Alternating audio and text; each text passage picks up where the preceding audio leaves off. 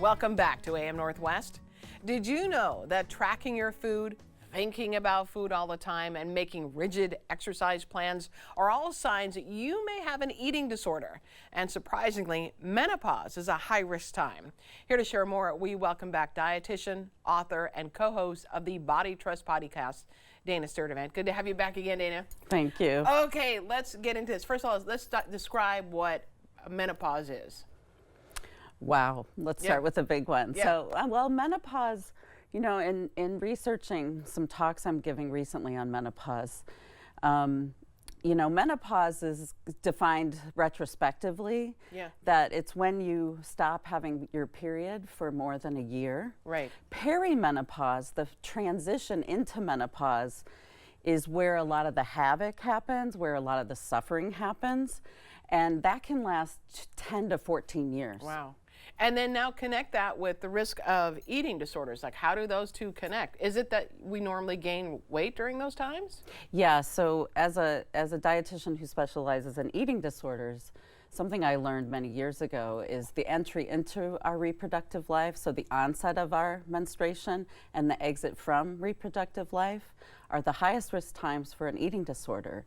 And in large part because of the natural healthy weight gain that happens. We need to gain weight for puberty, right, for us to start our reproductive life. Right. And oftentimes that's when parents and caregivers get concerned, doctors can get concerned. And some of the clients that I've worked with can basically say, like, my eating disorder started the day I got my period. If we shift to later in life, it's similar. There's this natural, there are these changes in body composition that come with menopause. Right. And there's some weight gain that comes. And that weight gain is usually pathologized and stigmatized instead of seen as a life preserver. We see it as a spare tire. This is something Margot Main, who's an expert in eating disorders, who wrote a book about women in older life and risk of eating disorders.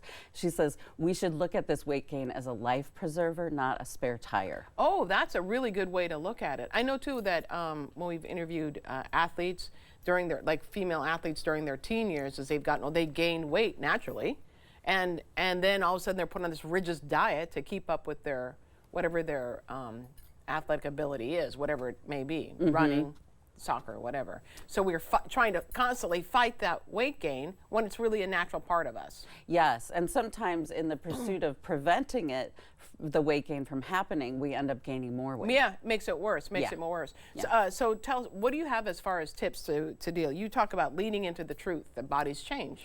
Yeah, I mean, body acceptance is not a one-time event. Our bodies change. It's one thing we can be guaranteed. Aging happens despite what capitalism wants to tell you. Right. We are going to age.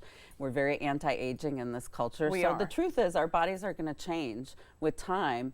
And so just work on accepting that my body will change as I age. Well, I think women especially feel the brunt of this because they tend to also get depressed about weight gain as well. Menopause helps in that, helping you toward depression, right? Yes, that was one of the biggest surprises for me, is the impacts of menopause on, or perimenopause, on my mental health. Right. More anxiety, I was easily overwhelmed. Right. We know women suffer from more depression. Estrogen, there are estrogen receptors throughout the body, and the brain is a big one, and so there are major impacts on our cognitive functioning. It's why we're more forgetful as we age. Sure. We can have more depression, anxiety, and depression, anxiety increases the risk of eating disorders. Okay, so what do you suggest we do then? I mean, I'm thinking that people are going to say, well, I need to work on what I eat and how I exercise. Yes, and you know, we recommend that we root self-care behaviors in weight neutrality, that we do them for the sake of self-care and not for to change the size of our bodies. Right. If you're struggling with rigidity and perfectionism and binging, restricting and then binging, Well, which is what happens. You restrict, and then you binge. Yes, there's a backlash. And that's a sign of health, because our bodies don't want to be starved. Our bodies need nutrition, and they need nutrition even throughout the perimenopause, menopause transition. Right. And so if you feel like you're struggling, one of the things I would recommend is seeking out support from a therapist or a dietitian who specializes in eating disorders to have a conversation to see what is actually happening and help you understand how this may be disordered. I think once you understand, it might help you calm down a bit too, right? Once you understand what's going on, it's natural, it's not in your head. Right, Yeah. and we don't know much about, in many Yeah. of the conversations I have, we're told about getting our periods, we're Right. told about starting them, that day's coming, but we don't talk at all about the, How it the ends. other Yeah. ends, yeah, how it ends. Yeah. It's like my mom had that. Yeah. Let's talk about your summit. You have it. It's an online menopause summit. Tell me about that. Yes, we've done, we're in the process of editing a bunch of pre-recorded videos. It takes place November 12th to the 14th. It's online, it's free. We have Perfect. some live events as well as pre-recorded talks where you can learn from experts who look at this with a really strong analysis on liberation and social justice. I love it. I love it. Thank you so much. I'm going to tell everyone again that your podcast is called the Body Trust Podcast. Dana Sturtevant, thank you so much. Great to see you. Thank you. Good to see you. All right, we'll be right back with more AM Northwest. Don't go away.